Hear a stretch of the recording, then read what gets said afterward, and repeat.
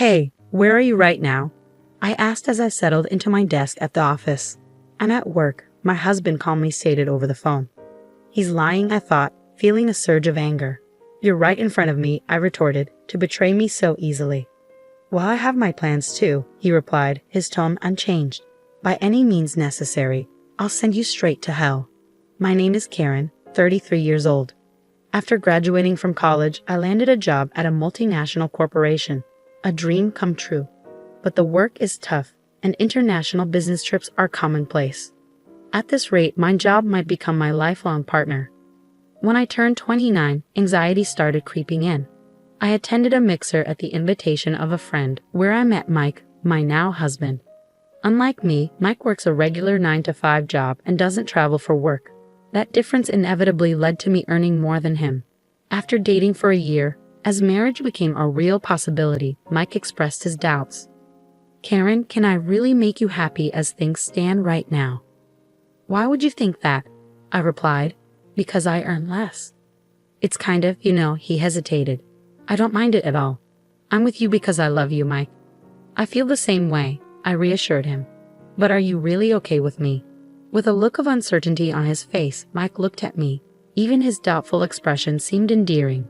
I want you, Mike. It's you I love, not anyone else. Thank you, he said, relief washing over him. I want to be with you too. A month later, he officially proposed, and that fall, we had a beautiful chapel wedding. Despite my hectic work schedule, I felt incredibly happy. Almost 2 years had passed since then, without any issues. We were leading a peaceful married life. Considering our age, it was about time we started thinking about having children. That's what I was starting to think one day when I got home from work and Mike was nowhere to be found. Mike? I called out, searching the house. His shoes were missing, and there were no messages on my phone. Panic started to rise within me. Had something happened to him? Dialing his number, I held the phone to my ear, hoping for the best. On the third ring, his carefree voice answered, "Hello. Mike, are you okay?" I asked, relieved. "Yeah, I'm okay," he replied. "Just got home from work." "But you weren't here," I said, confusion evident in my voice. There were no messages. I was worried. "Sorry, I have to work overtime today," he explained. "It's for a big project.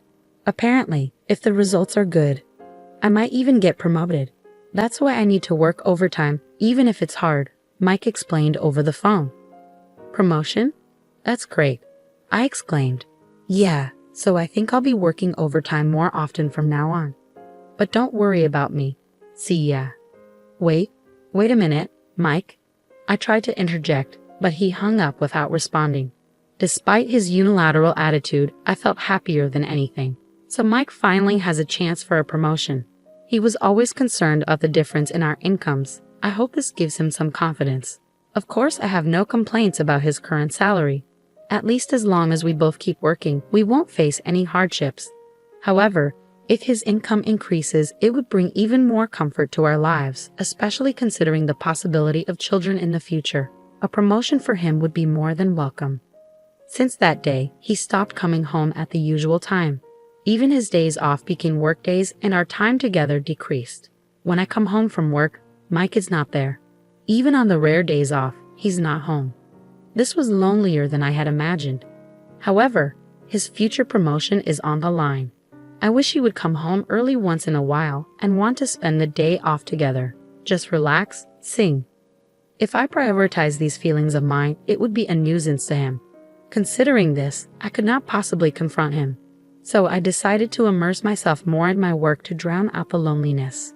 I also have an overseas business trip planned soon, so I'll work just as hard as he does.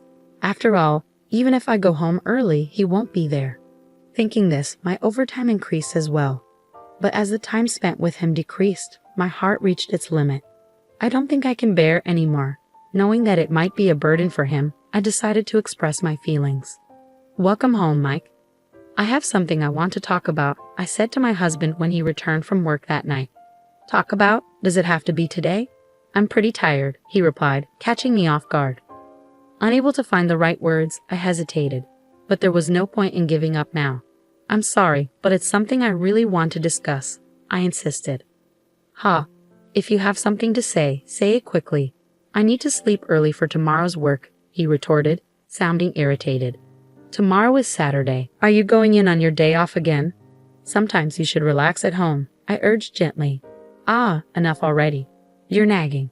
I'm busy, don't you get it? He snapped. Is it fun for you to bother me? He continued, his tone growing harsher. That's not what I meant. Please stop bothering me. Don't you realize how crucial this period is for me? He added, his frustration evident.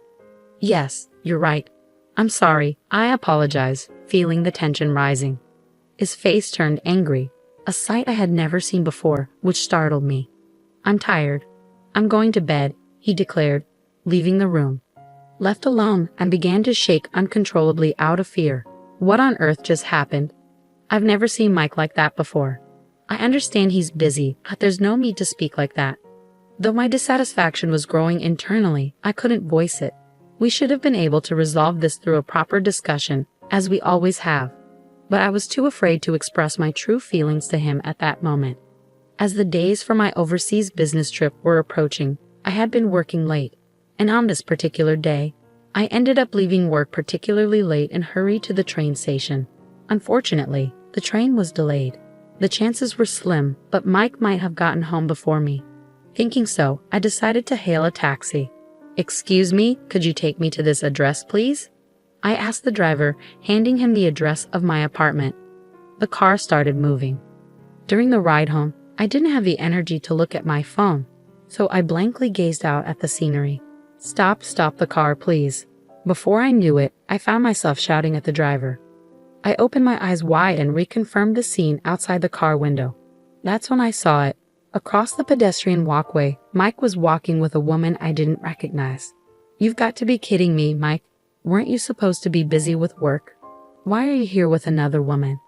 Questions about my husband flooded my mind.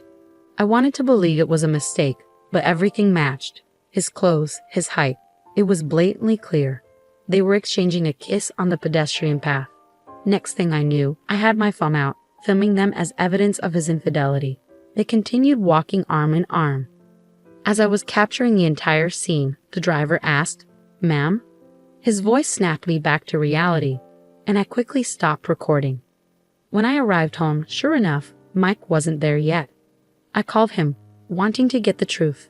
Only the ringing sound of the call echoed emptily from my smartphone. After a few attempts, he finally answered. Don't keep calling me over and over. You should know I can't answer it if I'm not picking up, right?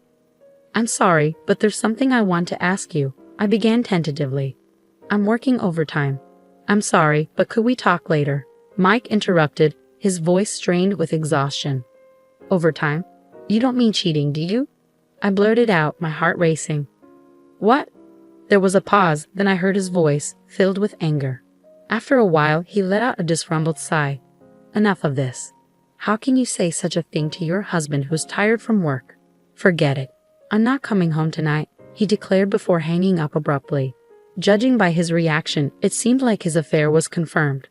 A strange emotion, neither anger nor sadness, welled up within me. So he was really cheating on me. We have to talk about this. Things can't continue as they are, I muttered to myself. True to his word, Mike didn't come home that night. From the following day, he'd come home, but there would be no conversation, let alone discussion. In the end, the day of my business trip arrived. First, this time, it's a 2-week trip overseas. On the morning of my departure, as I was wondering how to address Mike, he started talking to me first. Karen, you're leaving for a business trip today, right? Be careful, okay? He said, his tone surprisingly gentle. Huh? Oh yes, thank you, but 2 weeks is such a long time. You often go on these trips, but I still can't get used to it. And it feels lonely, I admitted hesitantly. Lonely? Do you really feel that way? He asked, sounding genuinely surprised. Of course, we've been awkward around each other recently, right? I want to clear up our misunderstandings, so let's have a nice dinner when you get back.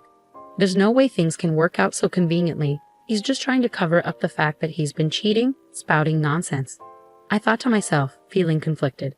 Anyone with a bit of thought should be able to see through it. But for some reason, I chose to believe his words. At the time, I hadn't thought that my love for him had completely cooled off after our strained relationship recently. But it seems I can't truly hate him from the bottom of my heart. Did I mistake what I saw the other day? His smile, which I hadn't seen in a long time, was so endearing that it made me have such an illusion. I simply told him, let's have a proper talk when I get back, and left the house. After that, my business finished earlier than expected, so I was able to return home earlier. Since it was a sudden decision, I hopped on a plane back to New York without telling my husband, Mike. Initially, I planned to contact him, but then I thought, why not surprise him by returning early, cook dinner, and wait for him? That was the plan. I arrived in New York around 11 a.m. and went straight home, arriving around 1 p.m. It had been about a week since I had last returned home. As I opened the door with a sense of relief, my spine froze. What was that? What caught my eye was a pair of light pink pumps placed at the entrance. As I stood frozen, I heard Mike's voice and a woman's voice from the living room. I tiptoed down the hallway, peeking into the living room from behind a corner. They were drinking in their underwear. The woman was the one I had seen that day. With a sweet voice, the woman started to speak. Hey Mike, are you really okay with inviting me over? Isn't it dangerous if your wife finds out? Nah, it's fine. She's on a business trip abroad until the day after tomorrow. Mike replied casually. Oh really? That's perfect timing. It's my birthday and your wife isn't at home, the woman remarked. Exactly, Mike agreed. Thanks to that, I can spend time leisurely at home with you, Linda. You're staying over tonight, right? Oh my love, you're so thoughtful. Thank you for the present, Linda gushed, wrapping her arms around Mike. Mike's mistress, it seems, is named Linda. The two of them were hugging each other in their drunken state. This has to be a joke, just because I earn more. Why can you do such a thing in the apartment that I rented under my name? While fighting nausea, I recorded the cheating scene with my smartphone. When things settled down, I tiptoed back to the entrance and left the apartment. Sweat poured out and my heartbeat pounded. Despite the situation, I was still believing in him somewhere. I wanted it to be a lie, yet the scene earlier wouldn't leave my mind. I can't continue as his wife anymore. Finally, I decided to resort to my last option. I dialed Mike's number and waited for him to answer. Answering my call with a casual hello, I made sure to speak with an air of urgency. Hey, where are you right now? Huh? I'm at work, of course. What time do you think it is? He replied. Yeah, I guess so. I'm sorry, but it seems like someone's home right now, I said, my voice trembling. Not quite grasping the situation, my husband's voice wavered as he stammered. What? Speaking to him, who was likely unaware of the reality, I wove in a bit of deception. So here's the thing. My trip got finished early, and I came back home. And when I got to the front door, I could hear someone talking inside. You mean to tell me you're standing outside our apartment right now? He questioned. Yes, that's right, Mike. What should I do? Should I go inside to check? I asked, hoping to lay a trap for him, seeing if he was in the middle of cheating at home, depending on his response. I hoped we could have a proper discussion and resolve things amicably. However, my expectations were dashed to the ground when in a loud voice, my husband blurted out, Could it be a burglar? Get out of there now. Leave that place immediately. In that moment, any lingering feelings I had for him vanished. So this is how easily you betray me, I thought. Rather than admitting or apologizing for the affair, he chose to continue hiding it in such a pathetic way. Just get to somewhere safe, he insisted before abruptly hanging up. Moments later, I called the police. Hello, is this the police? I think there's a burglar in my house. I can hear unfamiliar voices, I reported. Yes, thank you. I ended the call and stood waiting. 2 police officers arrived a few minutes later. I repeated the circumstances to them, and we proceeded to my apartment together. When one of the officers rang the doorbell, my husband emerged from the entrance with his eyes wide open. Well, why are the police here? Are you the resident of this house? One of the officers asked. Yes, I am. We received a report from your wife that there might be a burglar here, I replied. A burglar? No, there's no one here. My husband interjected nervously. As he said this, I stepped out from behind the door. Upon seeing me, my husband muttered, Well, why are you here? His eyes darted around nervously. I apologized to the officers, saying it must have been a mistake, and sent them on their way. Glancing around inside, I saw no sign of his mistress. I guess he must have brushed her out when I called earlier. Did he still believe I was unaware of the affair? He brazenly accused me. Why did you call the police? That's still bothersome. Well, it was you, Mike, who said there was a burglar. Besides, weren't you supposed to be at work? Why are you home? That is, never mind. Just look at this, I said, pulling up my phone and presenting him with a video of him, his face drained of color as he watched. This is not what it looks like, Karen. This is, he began, but I cut him off. You're not seriously going to make excuses now, are you? I interrupted. A sweat trickled down his forehead. He seemed desperate to say something, yet no apology came forth. Having had enough, I coldly declared, "Oh, just drop it. It's painfully clear that you're a jerk who can't even apologize in such a situation. Hey, how does it feel to lie, cheat, and then get caught? Surely you didn't think it wouldn't happen to me, right?" "Well, wait, Karen, I get it. I'll apologize," he pleaded. "Your apologies mean nothing to me now. In fact, they're worth less than nothing. Even if you apologize, I will never forgive you. I'll sue you for emotional distress, and that woman too. I hope you both rot in hell, you jerks," I spat, fueled by anger. I drove Mike out of the house and locked the front door. He made a ruckus outside for a while, but when I continued to ignore him, he eventually left. Later, I got a call from my in-laws telling me that Mike had returned, saying he had nowhere to go. When I explained the situation to them, they were furious and had Mike write and mail the divorce papers for me. Thanks to that, my divorce was finalized without a hitch. The day after I told my in-laws that the papers had been accepted, they kicked Mike out and apparently cut ties with him. I claimed emotional distress from Mike and the woman he cheated with through my lawyer, insisting on a lump sum payment. The other woman turned out to be Linda, a receptionist at the same company as him. Their affair was quickly made public within the company. Unable to bear it, Linda abruptly left the company. As for Mike, he's enduring the piercing gazes of his colleagues and somehow managing to get through his work. I later found out that his promotion was all a lie, just a tactic to hide his affair. I feel so foolish for being deceived by such a man. But at least I was able to make the decision to divorce. From now on, I intend to devote even more energy to my work and aim for higher positions. I'm determined to prove that marriage isn't the only path to happiness, and I'm ready to do it on my own terms.